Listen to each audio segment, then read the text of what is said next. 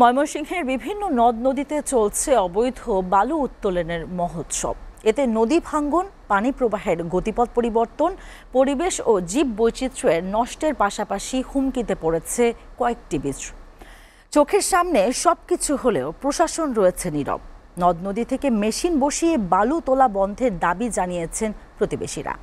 আর প্রশাসন বলছে বালু উত্তোলনকারীদের বিরুদ্ধে নেওয়া হচ্ছে ব্যবস্থা।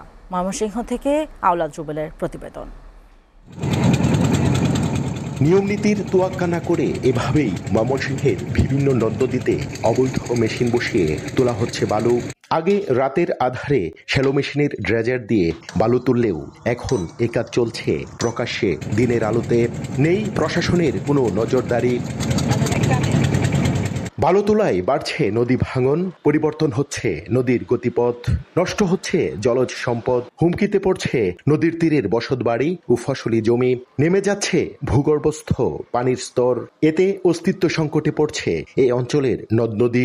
অবৈধভাবে ড্রেজার নিয়োগ করে এই নদী থেকে বালু উত্তোলিত হচ্ছে। তারা কোনো নিয়ম নীতি না মেনেই ড্রেজিং ব্যবহার করে ড্রেজার দিয়ে বালু উত্তোলন করে। অন্যতম কারণ হচ্ছে অনৈতিক অর্থ লেনদেন।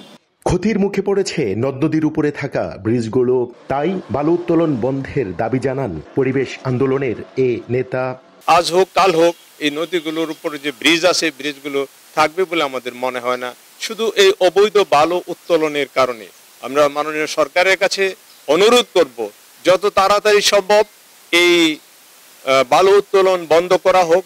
এদিকে বালু উত্তোলন বন্ধ ও আইনানুগ ব্যবস্থা নিতে সকল উপজেলা নির্বাহী কর্মকর্তাদের নির্দেশ দেয়া হয়েছে বলে জানান জেলা প্রশাসক। অবৈধভাবে কেউ যদি ড্রেজার দিয়ে বালু তুলে আমরা তাদের বিরুদ্ধে আইনানুগ ব্যবস্থা গ্রহণ করব এবং আমার সকল উপজেলা নির্বাহী অফিসারদেরকে নির্দেশনা দেওয়া হচ্ছে যারা অবৈধ বালু উত্তোলনকারী তাদের বিরুদ্ধে আইনানুগ ব্যবস্থা গ্রহণ করতে। অবৈধ বালু উত্তোলনের ভয়াবহ পরিণতি ঠেকাতে নৈতিক ও পরিবেশগত পদক্ষেপ নেয়ার দাবি স্থানীয়দের। আওলাদ রুবেল, এসটিভি, ময়মনসিংহ।